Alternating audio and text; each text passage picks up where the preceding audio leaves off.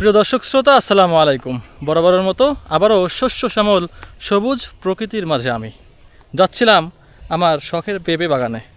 আজ আপনারা দেখবেন যে আমার পেঁপে বাগানের পুরোপুরি রূপ একদম চেঞ্জ করে ফেলেছি। এই তো সামনে কিছু দূর যেতেই সেখানে পৌঁছাবো। ততক্ষণে দেখতে থাকুন যে আমাদের সোনার বাংলাদেশ কতটা সুন্দর। অলরেডি কিছু কিছু জায়গায় ধান কাটা শুরু করে দিয়েছে কৃষকের এত দিনের প্রায় 3 মাসেরও বেশি কষ্টের ফসল তাদের ঘরে উঠবে। এই দূরে দেখতে পাচ্ছি আমার সেই শখের পেঁপে বাগান। আকাশ কিন্তু আজ একদম মেঘলা মেঘলা, ঝিরিঝিরি বৃষ্টি পড়তেছে। হয়তো কিছুক্ষণের মধ্যেই বৃষ্টি নেমে দেবে। এই যে ইতিমধ্যেই দেখতে পাচ্ছেন প্রত্যেকটা গাছে, এখানে সর্বপ্রথম গাছ, আপনারা জানেন যে এখানে প্রত্যেকটা মাদায় প্রত্যেকটা জায়গায় 3টা-4টা করে গাছ ছিল।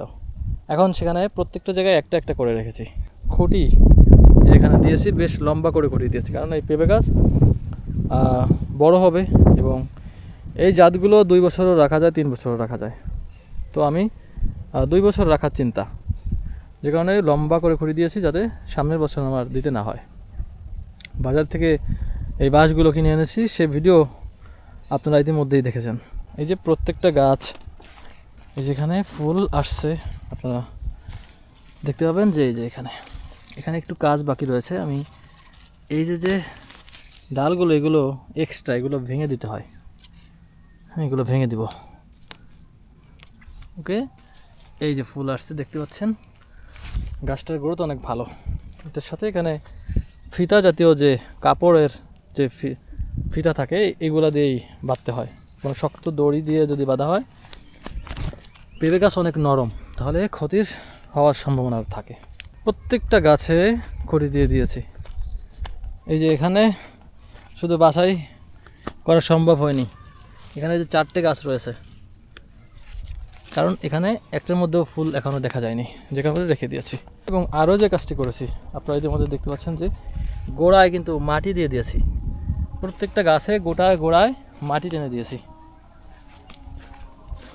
খুব সুন্দর করে ওনারা কাজ করেছে, ওনাদের অনেক অনেক ধন্যবাদ। খুব সুন্দর করে যত্ন করে ওনারা কাজ করেছে। যে এই গাছটি, আরও যে জিনিসটি আপনাদের বলে দিই, যে এই গাছটি পুরুষ গাছ, এটা রেখে দিয়েছি ইচ্ছা করেই। এটার মধ্যে পেঁপে হবে না, তারপর রেখে দিয়েছি। এটা রাখতে হয়, বিশেষজ্ঞদের মতে তারা বলেছে যে অন্তত 100 গাছে 10টা গাছ রাখতে হয়। তো আমার এখানে 150 গাছ আছে, আমি অন্তত 8 থেকে 10টা পুরুষ গাছ আমি রেখেছি। দর্শক, ইতিমধ্যে আজান দিয়ে দিয়েছে, এখন